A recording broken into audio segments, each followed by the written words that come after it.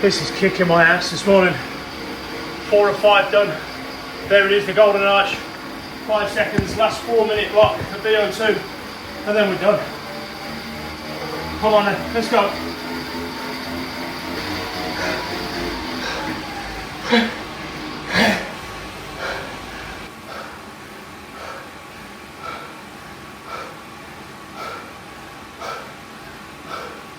Wow, honestly, what a feeling. Like this feeling now, I cannot put into words. Like you got in the bin, gone through the hard work, the session's done, smashed it. It was disgusting in the moment, but it's like a rite of passage because now it's 10 to 7. I've got the rest of the day, I'm locked in. I've got all of this behind me, the fact that didn't want to do it to start with, got in the bin, got in the hole, moved the needle. I know it's time well spent, sticking to my own standard. Wow, what a feeling. But at the minute I won't lie, does right now feel as though I need to lie down. Oh. Right, let's finish this cool down off. Shower, eat, crack on with the day. Right, so within 5 to 10 minutes after the session, I like to try and get my post-workout fuel in. So we've got tart cherry juice, which I'm going to just have a shot of. This is with water, protein powder, and blueberries. Just mix it up and then just get that in as fast as I can. And then once I've had that, I'll shower, come back down, eat breakfast. Full of blueberries, white chocolate pistachio protein powder with cherry and blueberries. I mean, it works. Creatine. Right, bit of a random one. I've got to just go into Solihull and pick up a black tie tuxedo for a wedding that I'm going to be going to. And as you can imagine, I don't own a tuxedo, and I own one suit which I've battered to pieces. So I'm just going to pick that up because I'm just hiring one.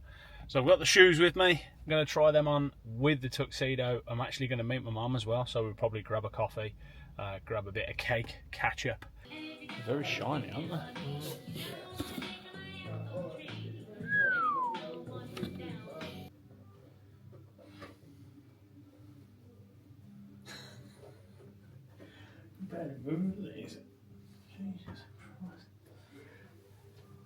Tuxedo fits. I'm happy with that.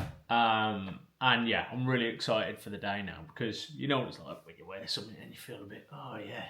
Even when you're training, you don't realise when you put some smart stuff on, you think, oh yeah, I love the bollocks. So yeah, I'm looking forward to the wedding, the event.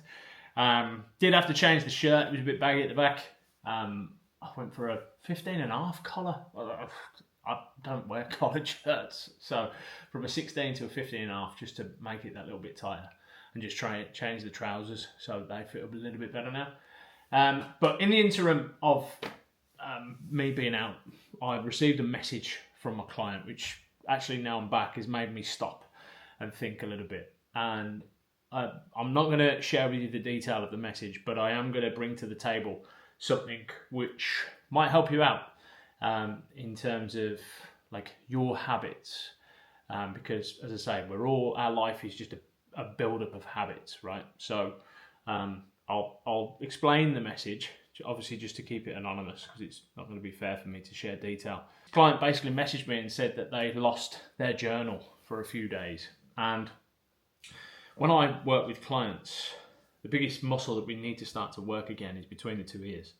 So there's an exercise that I do with my clients first thing in the morning and then the last thing in the evening. It's not big by any stretch, but it is an exercise to sort of recalibrate and get locked in. This client said that he'd lost his journal for a few days. There's a lot going on, stress, all those sorts of things. And he felt the symptoms of what he was experiencing before working with myself sort of slowly come back. So we're starting to feel a little bit anxious, a bit stressed, a bit overwhelmed, like we all do. But then he found the journal again, and he said, now I just feel a lot more grounded and in control. And the last line, which is the key line with this, is that it shows how much of an impact it has made. That's a direct quote from the message. But what sort of made me stop and think is this client in particular didn't know that this exercise was working. That's the thing. We don't know if our habits are working until involuntary this happened to be, where one of those habits was just taken away from him. And I find that sometimes that is actually the real issue. It's not a more information thing. It's actually doing the basics well. Like, as I say, this sort of journaling activity and exercise that I'm working with my clients is very simple. It works, but it is very boring.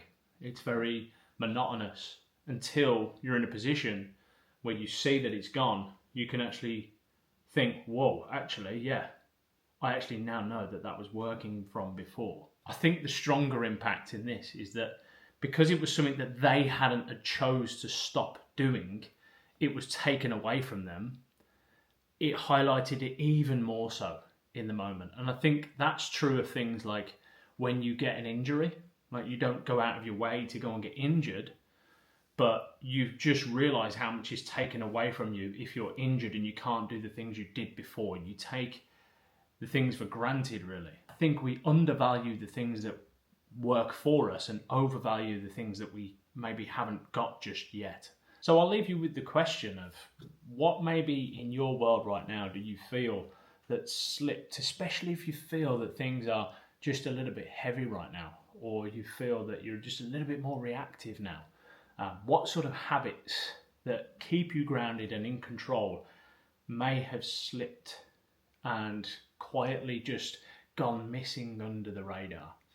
If you feel comfortable to share, let me know in the comments. I'll be really interested to see and hear what sort of things keep you grounded and in control continually as you move forwards. Please consider giving this video a like today. I would really appreciate it, as I am on a mission to help more people like yourself.